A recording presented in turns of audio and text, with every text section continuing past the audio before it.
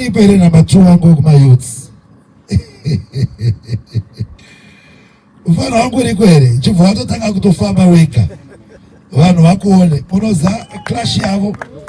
It was captivating. Uya mfana wangu with the freestyle.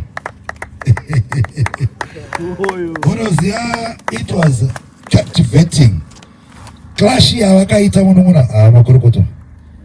Aka simudza chaunga mfana uyu.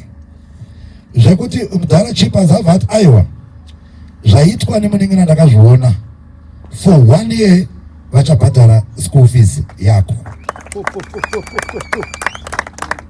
School fees yako ndisati ndapedzisa kuti nei ndoda kuti umboita freestyle umhorese vanhu utaure zita rako uita freestyle.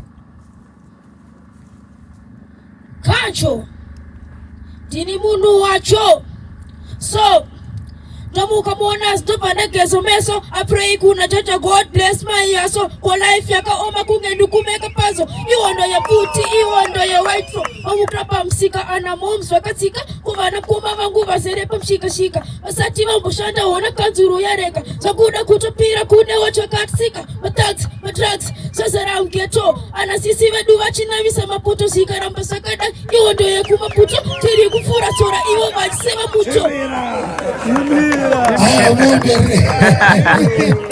Chimira. That freestyle. Their clash was just amazing.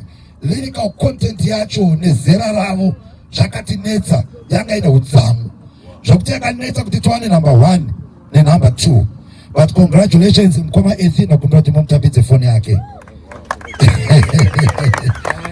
Isaka unozoti vabereki vaone mkoma Jack Radix mova marungera zvoti school fees ibhadharwe for the next 1 year.